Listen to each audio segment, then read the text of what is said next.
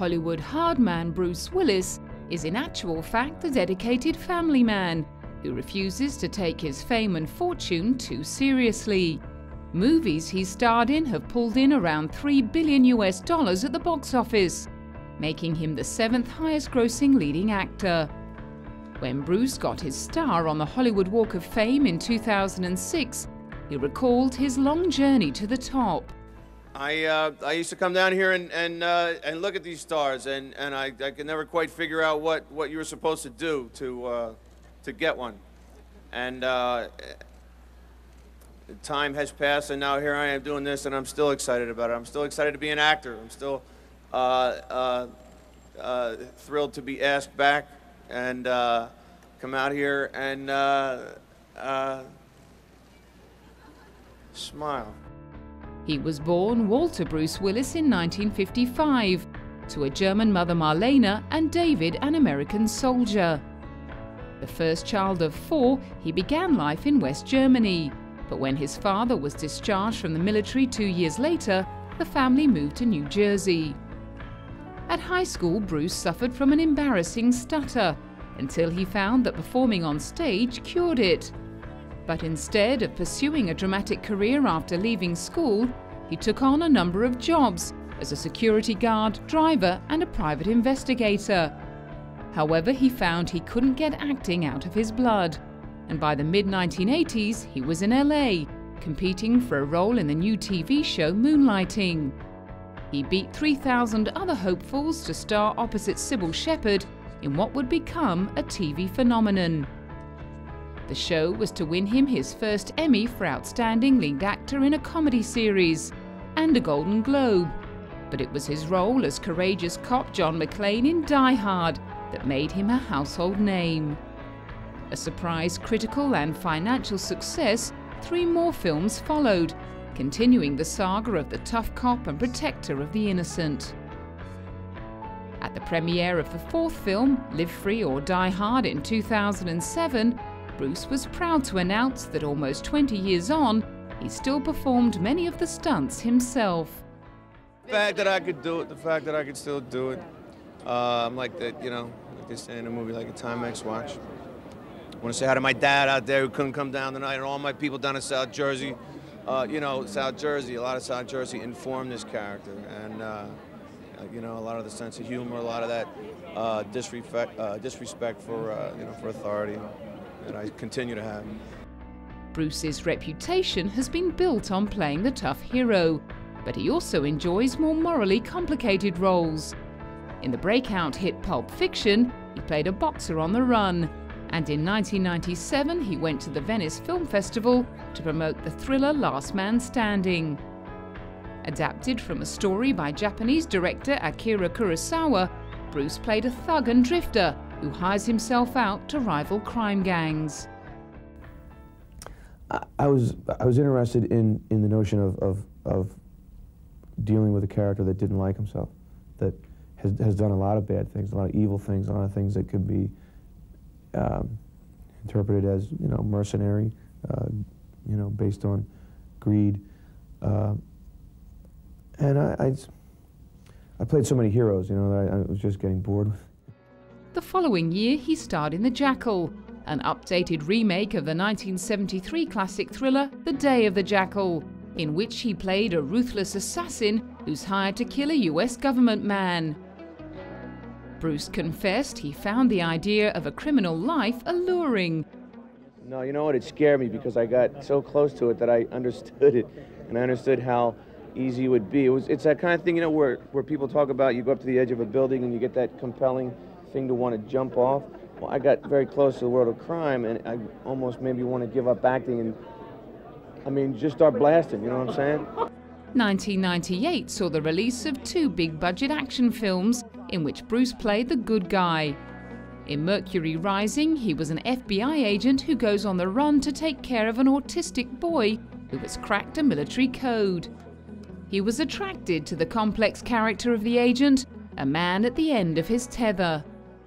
Having done a lot of films that include spectacular blazing fireballs and gun battles, I've frankly gotten bored with that, and I now, you know, seek out films that have a much stronger storyline and things that I can act, because I'm kind of bored with running down the street with that gun in my hand, screaming, "No!" In the blockbuster Armageddon, the stakes were much higher. In America, in the yellow pages, you know, the comprend yellow pages? Yes. I have my name in there, and it says World Saver, and Jerry and Michael, I have an 800 number, and they just call me up now, and I've saved the world 3 or 4 times, and it's getting easier and easier to do. Occasionally I take time off from saving the world and do other films. I did a film after we shot this film called Breakfast of Champions, which is based on a Kurt Vonnegut book, which is a much different film, very small budget and a very different kind of film. So I try to do save the world and do and act in movies occasionally, other movies. Thank you. The disaster film went on to become the highest-grossing film of 1998, helping to lift Bruce out of what was proving to be a slump with both critics and audiences. In the drama Heart's War, he played a colonel who sacrifices himself for his men. And in 2003's Tears of the Sun, he donned another uniform, this time as a lieutenant in the Navy. Bruce felt a personal connection to members of the armed forces. The things that I saw in the film and I came away from the film was the notion of this bond of friendship that exists in this, you know, Navy SEAL team, and trying to be as honest as we could and really honor the you know, real Navy SEALs who are out there really, you know, fighting. You know, we got to go home at the end of the day, and you know, everybody in the armed forces really, you know, are doing a really difficult job right now. 2005 saw him join the dark, gritty world of Frank Miller's graphic novel Sin City.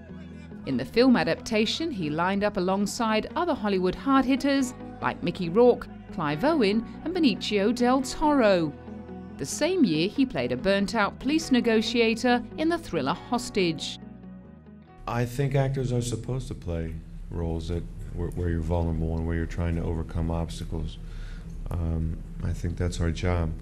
You know, the other version is you know, comedy, where you're trying to make people laugh. But in a film like this, that's a very serious film and very complicated and has a lot of plot twists to it. I was very fortunate to have a director like Florent to kind of steer us through it. Bruce's oldest daughter, Ruma, also appeared in the film.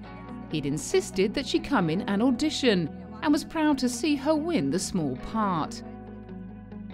In 2006, he continued his run of flawed action heroes in the thriller 16 Blocks, where he played an alcoholic cop trying to protect a petty criminal. Director Richard Donner never questioned Bruce's ability to play the rather unflattering role. I didn't have a doubt. I mean, Bruce Willis is a really solid actor. And, you know, if you look back on a lot of movies he's done, he's taken a lot of chances on some pretty bizarre films. And he also plays, you know, the hero. And I just thought this character may be appetizing to him because he could use his acting abilities and be secure in himself, who he was. And could he play a mustached, fat belly, relatively bald, drunken cop with a bad leg, but more important, internally play that. The following year, as well as climbing back into the shoes of die-hard hero John McLean, he also starred opposite Halle Berry in the thriller The Perfect Stranger. Halle had had her heart set on Bruce for the role of Harrison Hill, a charismatic advertising man, and Bruce found it impossible to say no. No, I don't think anybody can. I think it would be almost impossible. And I don't know why they asked me to do it. I came out in my little fuzzy rabbit slippers, bathrobe, and you know, she still wanted me to do it, so I thought that was a good sign.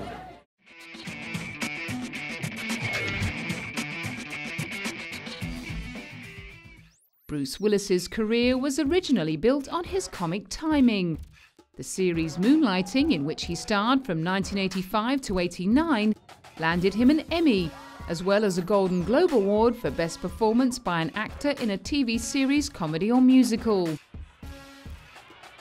In 1999, he kept them laughing alongside Michelle Pfeiffer in The Story of Us, about a married couple considering divorce, despite the fact that Bruce was going through his own marriage breakup from actress Demi Moore at the time. To use a metaphor, marriage is, I think, it's like a little garden that weeds grow up in every day. And if you don't tend that garden, and if you don't pay attention to keeping the weeds out, you're going to have a garden full of weeds, and you're not going to be able to see the flowers. And you got to pay attention to it. You can't take anything for granted. You can't take anything for granted. You can't take anything for granted. That's the point. In 2000, Bruce won his second Emmy for Outstanding Guest Actor in a Comedy Series for his brief but memorable stint on Friends. He was nominated for an American Comedy Award for the same role. Bruce has also lent his voice to a number of animated comedy films, including Rugrats in 2003, in which he played Spike the dog, who sings a duet with rock legend Chrissie Hynde. Chrissy's just, she's just so sexy, such a great singer, and I'm just a howler. I mean, Spike's just howling through that song. But it was big fun. It was a big fun process for me doing this thing, and I think it turned out really well. In 2004, he teamed up again with Friends actor Matthew Perry in The Whole 10 Yards, the Hitman Caper sequel to The Whole 9 Yards. While promoting the film, he revealed how much he enjoys doing comedy. In truth, this film exists just to make you laugh, just to kind of crack you up. In these troubled times in the world, it's a pretty good job to have to try to make people laugh. And we were trying to make each other laugh every day on the set.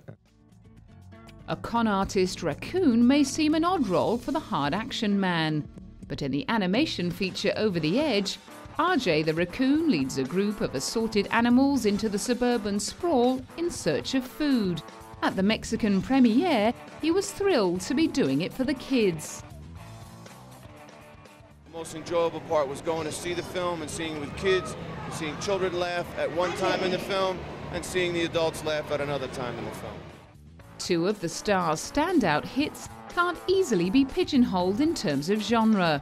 In 1997, The Fifth Element, directed by French auteur Luc Besson, starred Bruce as a New York taxi driver in the 23rd century, who's called on to save the world from a dark force from a parallel universe. In 1999, he played the lead in the ghost drama The Sixth Sense. Commercially and critically successful, the film helped revive his career. Director M. Night Shyamalan was particularly pleased with the obvious chemistry between Bruce and his child co-star, Haley Joel Osment. I think that superstars and children have an interesting relationship because there's an innocence on that person, and they rarely can meet anyone in the world that looks at them with, like, I see you as a person. And that's so rare, and I think that is a special thing between a superstar and a child. Bruce won a Blockbuster Entertainment Award and a People's Choice Award, and was nominated for a Saturn Award for his sensitive portrayal of the child therapist. And he certainly impressed young Haley. Bruce is a great guy, you know, working so very hard on the script and on the film, and we did all kinds of analysis on the set, and it shows that he's made the movie greater than it would have been. So he worked hard, great guy. In 2005, he was honoured with the Order of Arts and Letters at the Culture Ministry in Paris. Minister Renaud Donnedieu de Vabre thanked him for his contribution to international screen culture.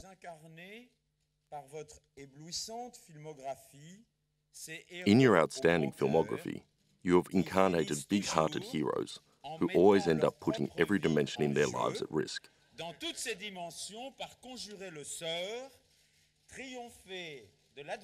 To overcome adversity and allow the force of willpower and human freedom to win. Clearly thrilled to receive such an honour, Bruce reserves special thanks for the Frenchman who directed him in 2005's Hostage. I'm very touched to receive this medal.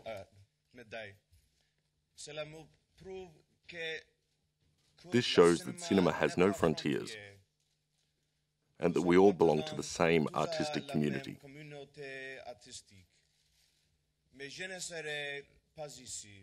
But I would not be here in front of you without my friend and partner, Florent Siri.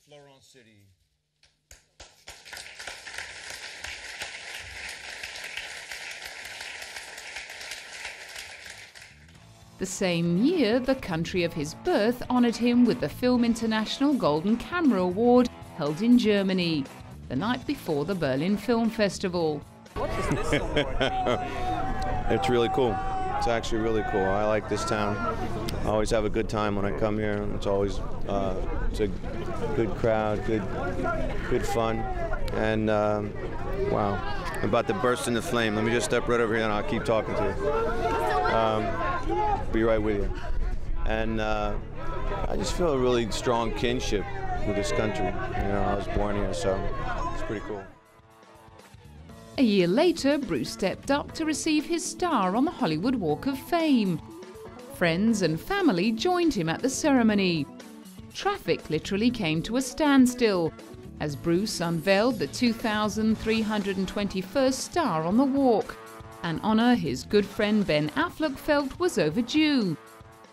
All I really can say is that aside from being a big star and deserving of this honor, he also happens to be a hell of a good guy, a family man, and the sort of person who would go a long way for his fellow human being. And I think that merits recognition almost as much as all the great movies he's made. I am certainly very, very lucky and very proud to call him a friend, and I'm honored to be here. Thank you.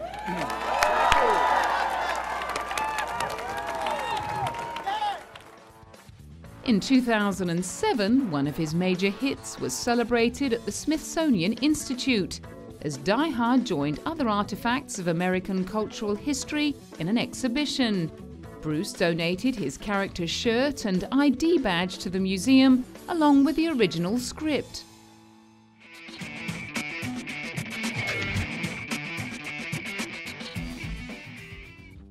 Bruce's other talent and passion is music. As well as releasing a number of albums, he often plays live. In 1996, he wowed the Berlin Film Festival crowd with his group The Accelerators, a hand-picked six-piece band. Bruce played the harmonica and sang. Later that year, The Accelerators supported Tina Turner on her American tour, and Bruce surprised everyone by jumping on stage to join her in a duet.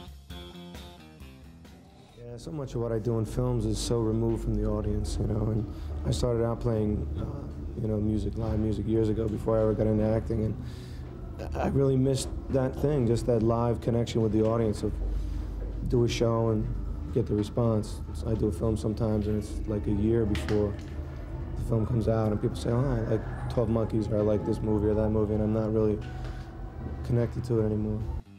Around 7,000 people showed up to a concert at the Kennedy Space Center Rocket Garden, where Bruce and his blues band entertained the crowd before a screening of Armageddon on a giant inflatable screen. For many years, Bruce's personal life seemed remarkably settled and peaceful. After meeting Demi Moore at the premiere of the film Stakeout, he went on to marry her in November 1987. They had 3 daughters, Rumer, born in 1988, Scout in 1991, and Tallulah Bell, born in 1994. However, after 11 years of marriage, the couple shocked the world by announcing their separation, finally divorcing in 2000. Bruce and Demi shared custody of their children and remained so close that gossip magazines began circulating rumours about a remarriage, until Demi hooked up with a much younger Ashton Kutcher in 2002. The following year, Demi breathed new life into her film career by appearing in Charlie's Angels Full Throttle. Proving that there were no hard feelings between the former couple, Bruce bravely agreed to put in a cameo appearance. Both times we've ever worked together, I killed him. You know, it was this... I was just the facilitator. I just made the phone call. It was really something that McG and Drew had, got, an idea of, and And probably for the same reasons that I had certain pressure from 3 very strong young ladies in my household, I think their father got the same. At the premiere of the film, Demi turned up with both boyfriend and ex-husband in tow. The unusual arrangement started tongues wagging again. Bruce has consistently refused to comment on his relationship status and has become notorious for his lack of patience with the media machine. At the Mexican premiere of Over the Hedge, he turned his well-known antipathy towards the press into a joke. You know what? I love the press. It's just a myth that I had any problems with, the press. I get along great with the press. I love them. They come over the house. They take pictures of me. We have little parties. It's just wonderful. After his marriage split, Bruce dated a number of well-known beauties, including Maria Bravo Rosado and Emily Sandberg. In 2004, he attended the premiere of The Whole 10 Yards with 25-year-old fiancée Brooke Burns, who obviously thought things were going very well. Oh, the romance is going wonderfully. He's one of the most wonderful men I've ever met in my life, and we have a lot of fun together. While that relationship wasn't destined to make it to the altar, the romance between Demi and Ashton was clearly blossoming. And in 2005, with Bruce's blessing, they were married. 4 years later, Bruce married 30-year-old model and actress Emma Hemming. They followed up a small private ceremony at his home in the Turks and Caicos Islands with a civil ceremony in Beverly Hills 6 days later. As well as owning a number of properties, including a home in LA, a ranch in Montana, and a number of pieces of real estate in Sun Valley, Idaho, Bruce has his own motion picture production company called Cheyenne Enterprises. He was also one of the co-founders of the chain of Planet Hollywood theme restaurants. Bruce has always been a big supporter of the American Armed Forces and their work. In a 2003 visit to serving men and women in Iraq with his band Accelerator, he was rumored to have offered a $1 million reward to the first American soldier to capture Saddam Hussein. The actor and his 3 daughters joined friends and colleagues at the star-studded telethon in 2005, held to raise money for the devastating December tsunami in the Indian Ocean. And at crooner Tony Bennett's 80th birthday celebrations, he couldn't resist an opportunity to play the fool with George Clooney. I guess we can tell the story now that he's not here. George and I were doing a picture back in 51. It was me, George, the Duke. I think we were out in Santa Fe. John Wayne. His friends call him the Duke. I had to call him John Wayne. John Wayne. But Tony Bennett was up for a small part in that film and got beaten out right at the last minute by a very young Jerry Lewis. And really broke changed his his career, broke his heart. Got him into music, though. He started singing then. And we're here tonight honoring him. And so his misfortune back in 51, our loss, I think, right? I think we lost. The acting word lost. That picture was called The Horse Whose Leg turned a little bit to the left. It's translated in Spanish. In Spanish, it's better. It's a better title. The translation doesn't. That's muy much.